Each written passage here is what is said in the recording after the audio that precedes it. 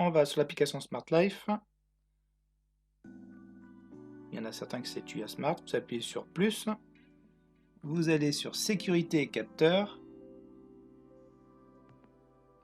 Vous cherchez alarme Wi-Fi. Attention, c'est en 2 Go 4, donc vous tapez votre mot de passe Wi-Fi. Vous avez coché le voyant de confirmation.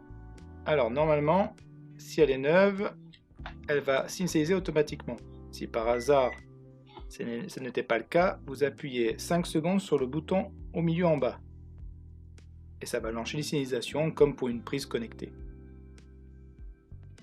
Vous voyez, le clavier est assez lumineux, on voit bien les écritures. Ça a été trouvé, vous voyez les informations. C'est très réactif. Très réactif, vous avez des informations sur tout. Là, il indique un nom. Alors, vous pouvez le changer, hein. Là on va laisser comme ça.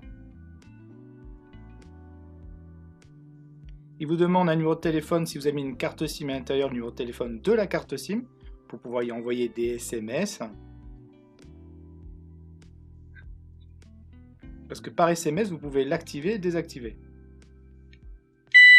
Donc là, on essaye. Ça fonctionne. Très bien. Elle s'arme, elle se désarme. Quand vous appuyez en bas, au milieu, ça permet d'activer le digicode.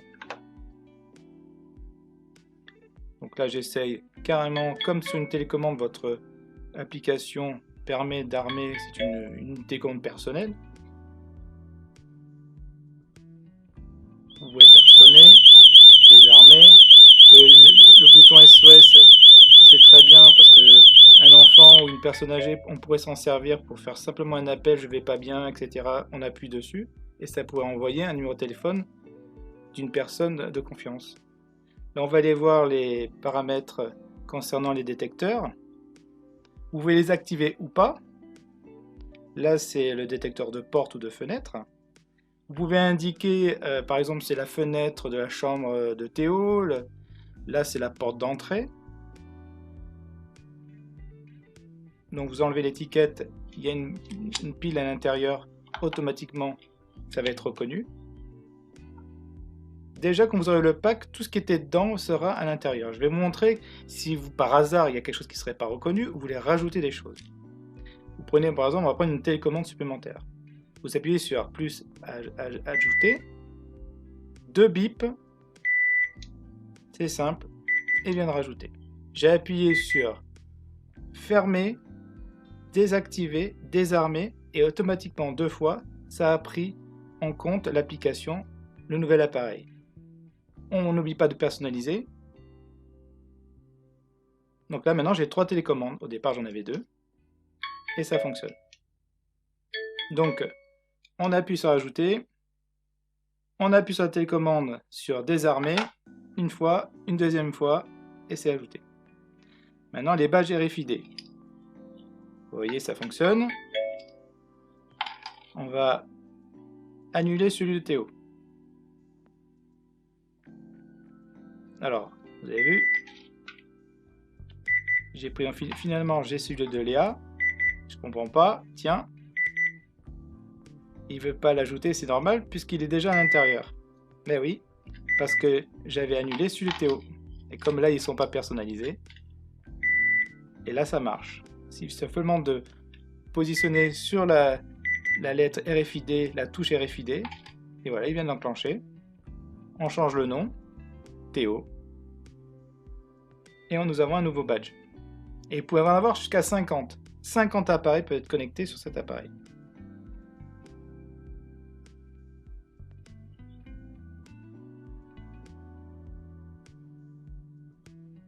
Donc vous voyez, à chaque fois je reçois des notifications de tout ce qui peut se produire. Là j'ai appuyé sur le mode Stay, qui est le mode maison. Vous pouvez désactiver les radars, mais par contre les capteurs de fenêtres de porte restent actifs. Vous pouvez téléphoner grâce à la carte SIM et discuter avec une personne. Sans la carte SIM, vous ne pourrez pas. Vous pouvez appuyer sur SOS, comme je vous ai montré tout à l'heure. À chaque fois, vous avez une notification que c'est désarmé, réarmé. Vous voyez les logs. Tout est dessus. Vous savez tout ce qui s'est passé avec votre alarme sur des siècles et des siècles. Là, vous avez les statuts, donc savoir si vous captez bien ou pas le GSM. Là, j'ai pas mis de carte SIM. Comment est la batterie? 6 heures d'autonomie. Je vous conseille largement de mettre un transfo. Ici, pour Google, il faut préciser 1, 2, 3, 4 ou ce que vous voulez comme mot de passe. Contrairement à Alexa, c'est directement dans l'application d'Alexa même qu'on indique le code PIN de sécurité pour armer ou désactiver. Ici, vous pouvez rajouter pour l'envoi d'SMS comme quoi il y a un problème ou pas, ou et avec des appels téléphoniques pour prévenir. Donc 3 personnes par SMS et 5 par téléphone. Vous avez des menus un petit peu évolués. Je vous laisserai regarder. Là, vous avez le schedule, c'est comme un calendrier, donc vous pouvez déterminer à l'avance que, comme le soir, va se mettre automatiquement à telle heure l'alarme ou le week-end selon vos habitudes, pour pas oublier. Ici, vous allez pouvoir dire quand je rentre chez moi, je laisse un délai et quand je sors, un délai pour que l'alarme elle ne hurle pas. Donc vous mettez 5 secondes, 10 secondes, qui vous laisse le temps d'armer ou désarmer, de partir en tout cas, sans que ça hurle. Donc selon vos habitudes, mettez entre 5 et 10 secondes. Vous avez la possibilité de mettre des accessoires filaires. Ici, c'est la durée que la sirène va sonner. Même si vous avez une sirène extérieure, ça va durer le même temps. Donc vous pouvez dire 2 minutes, 3 minutes. Là, il y a le langage. Alors le langage, je l'ai bien indiqué en français, mais tous ces produits sont dans l'attente d'une mise à jour pour que ça soit vraiment en français. Il n'y aura que l'anglais. Vous pouvez donc, comme je disais tout à l'heure, par SMS, commander l'alarme en envoyant des SMS. Dans la notice, il est indiqué les codes qu'il faut taper. Par exemple, le code que vous avez choisi, c'est 1, 2, 3, 4, dièse 1, dièse 2, dièse 3, qui vont armer ou désarmer l'alarme. Donc là, n'oubliez pas que vous avez des adaptateurs si vous allez chez un opérateur qui vous donne une petite carte SIM. Et il faudra la rentrer dans cette fente qui est à droite. Au milieu, c'est la prise pour le transfo.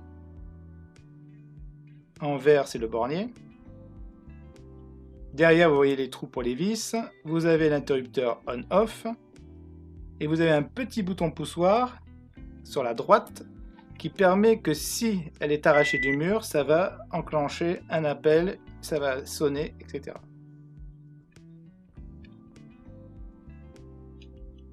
Alors, la sirène, c'est pas très fort, hein, comme toutes les sirènes qui sont intégrées aux alarmes. Je vous conseille une extérieure, voire une autre en intérieur. Le bornier, c'est très bien parce que ça peut vous donner des idées imaginatives pour ouvrir le portail, les volets, les lumières, etc. Là, par contre, c'est tout ce qui est en filaire. Vous pouvez alimenter des relais et tout, c'est une histoire d'imagination. Maintenant, on va voir si tout s'est bien passé au niveau de Google. Alors, on va descendre tout en bas. Comme d'habitude, normalement, un nouvel appareil est en bas, voilà. On clique dessus. Donc on lui donne un nouveau nom parce que c'est pas très TI 4G. C'est pas le plus simple à indiquer un ordre avec un nom pareil. Pour le moment sur Google, on peut désactiver avec le code PIN. Une prochaine mise à jour permettra d'activer l'alarme. En tout cas, vous avez une démonstration après. Pour pouvoir désactiver, le voisin ne pourra pas en criant désactive l'alarme, etc. pouvoir vous la désactiver. Il faut un code PIN. Comme on a vu tout à l'heure. Pour préciser la pièce. Puis Alexa, par contre, vous pourrez l'activer et désactiver, mais vous gérez votre code PIN directement dans l'application Alexa. Voilà. C'est rentré. Moi, j'ai mis dans Barnum. L'alarme est prête pour Google. Sécurité maison.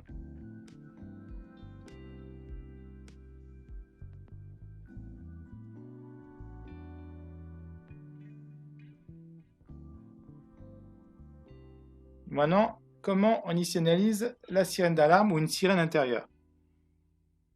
Alors, vous l'allumez, vous appuyez une fois, 2 fois, et double bip. Il faut faire sonner l'alarme, que ce soit par la télécommande ou que ce soit en l'arrachant du mur. Donc là, elle n'est pas encore attachée. Ce qu'il faut faire, c'est qu'il faut faire sonner de l'alarme intégrée. Et elle va communiquer avec celle extérieure pour lui dire, regarde, je sonne, vous voyez, et ça sonne.